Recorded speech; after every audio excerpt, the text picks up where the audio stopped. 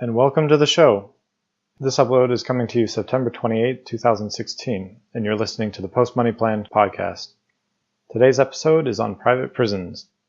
In response to the memo issued by the U.S. Department of Justice regarding the planned phase-out of government contracts to private prisons, we wanted to discuss the subject. We will discuss the merits or the lack thereof, as well as moral considerations of private prisons. Today's episode is co-hosted by myself, Dallas Post, the founder of the Post Money Plan, Stephen Ngao, a fund manager for a university, and Abe Elsayed, a financial analyst for a telecommunications company. So let's get started. What's your take on private prisons?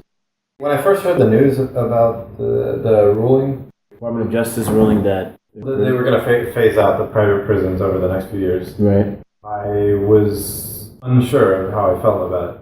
Why were you unsure? I think the snap reaction is to say private prisons are immoral and they do all kinds of damage, which could be the case. But then, in a certain sense, if you have both public and private prisons, with the public prisons, you don't have the incentive of shareholders to increase prisoner population, which you don't want. You don't want to incentivize to have more prisoners. I don't think that's a good thing for society as a whole. Right. Unless you think of it from the perspective of, instead of crime instigating people being on the streets, they're in prison. But what has been found to be the case is that minor drug offenders are often being incarcerated and put in prison to increase the numbers and then the profits for the private prisons. Especially for those of color. Is there any discrepancy between statistics showing whether people who serve in private prisons tend to commit crimes in the future once they get out versus state-run prisons? Probably, but the important thing is what goes on the inside. No, but seriously, what happens inside the actual prison itself is an issue. But they do say are state-run prisons better run versus private prisons, or vice versa? My intuition would be that private prisons would have more incentive to keep things in line, but I have heard that the private prisons had more incidences of in-house physical assaults and stuff. Yeah. Prisoner on prisoner assaults and prisoner on guard assault. So with this ruling, you still have mixed emotions. More contraband. Yeah. Okay. So with this ruling, you still have mixed emotions. It's a multifaceted issue. Like healthcare. I think there's probably not one specific right answer, and it depends on all the dynamics of society at a given point in time. Like healthcare. If you have all private hospitals, there's a lot of bad things that can come along with that. But then also, if you have all public hospitals, there's a lot of negatives that can come along with that. So possibly having a dual system where you have both gives a little bit more variety. But then there's the aspect of, are there certain services within society that should not be free enterprise or capitalist? But I am an advocate of taking a strict stance on crime and punishing crime, because I feel in a society where crime is treated with lax attitude or crime isn't punished, then you no longer, you start to not disincentivize it, and people are less afraid to commit crime. And especially if they don't come from a moral background, it starts to get to a point where people say, you can imagine in an apocalyptic situation where law and order is out the window, people say, okay, well, no one's going to stop me, so I'm not afraid to steal or whatever. It's an economical issue, but it's also a very social issue, because it's the punishment that gets received is very biased. Systemically, there's a bias. It's a 4-to-1 ratio. Someone like me, an African-American man. But are you saying about, you don't appreciate the apparent racial bias in incarcerations, or what?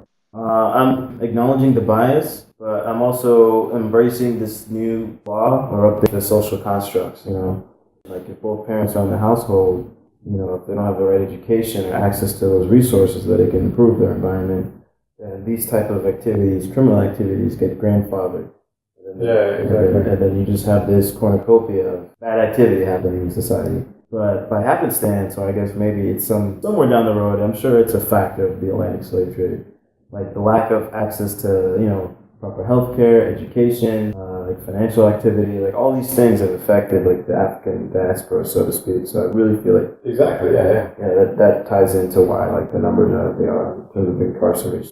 Well, I agree with you on that. There's, I think, two factors. One, there could be racial bias and just excluding any actual activity of either white people or black people or whoever. Yeah. But then, there can be racist cops or whoever that then persecute black people more than others. Mm-hmm. But then there is what you're saying is the like multi-generational hangover effect of slavery, and therefore, just because all the slaves were emancipated doesn't mean like all of a sudden they're all equal status, right, from day zero, because they didn't have the assets and the education, right, and the culture that the people there had at that point in time. So that has a knock-on effect. Their children and their children and their children. Totally. And I think that's still playing out today. The challenge is, how do you fix that? How do you change that social construct? Well, I think a lot of progress has been made. It's just slower than we would like. So then I think it's a good thing with what the Department of Justice has decided. From your perspective, you're saying it's one of those things where every industry has participants from the private side as well as from the public side of things. But the bottom line, it was a good outcome. I think more change needs to happen, obviously, but it's better than what has been happening in the past. Well, it remains to be seen what will happen in actuality.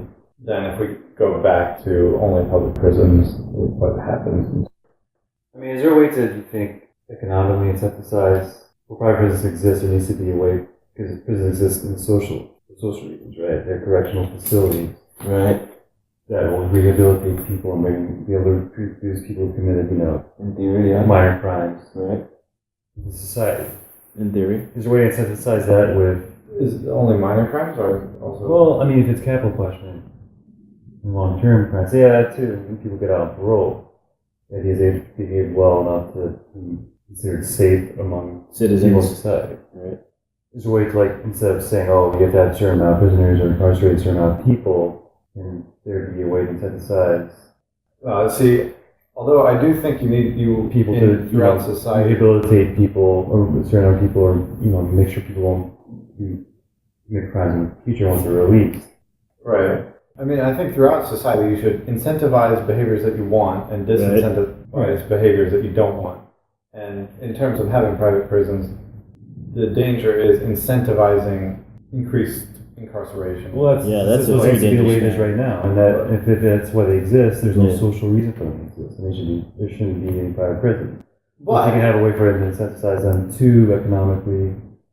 Well, my point is, if crime does exist, I would say you want to incentivize incarceration of the criminals. Right. But you don't want to incentivize incarceration of non-criminals or criminals who we would agree that don't need to be incarcerated.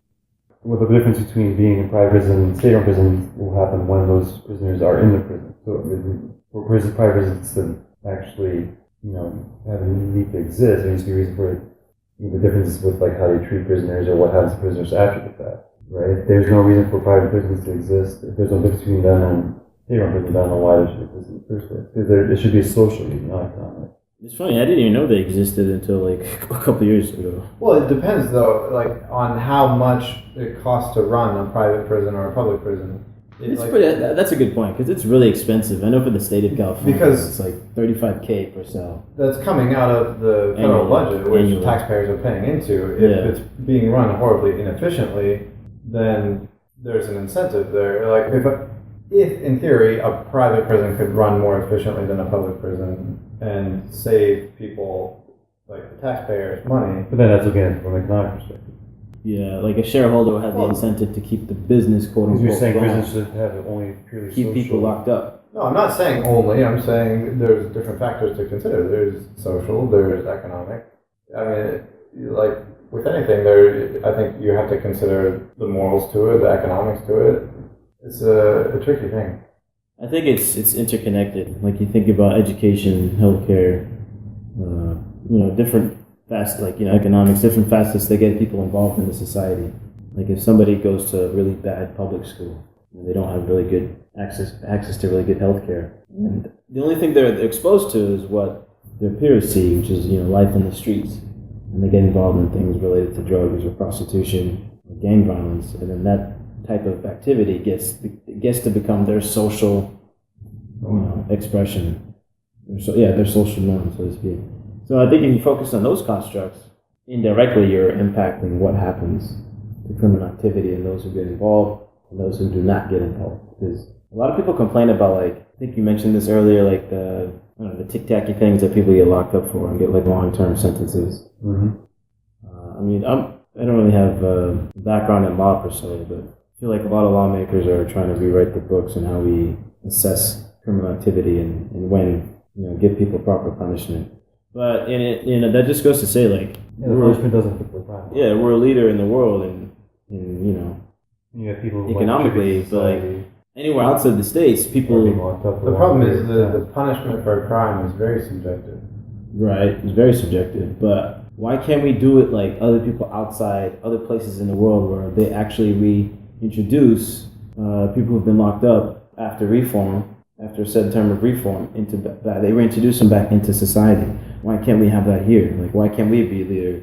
Here, we forget about them once they get exactly. They get sense and that's them. And then they go through like this animalistic mentality. Well, but there's also the aspect of, like, maybe they were incarcerated for something relatively minor, but then it's on their record, and then they go to apply for a job, and employers, rightly so, don't want to be background check. Don't want to be take on that risk when they have a choice between another employee that doesn't have a criminal record. Yeah. And then so that kind of taints that person, where they're kind of tarnished from then on in terms of trying to get work, which is very difficult for a person who's been in prison. It's a shift in the paradigm for sure. So that pretty much wraps things up for this podcast. Thank you for joining us for our discussion. We'll catch you next time on another edition of the Post Money Plan podcast.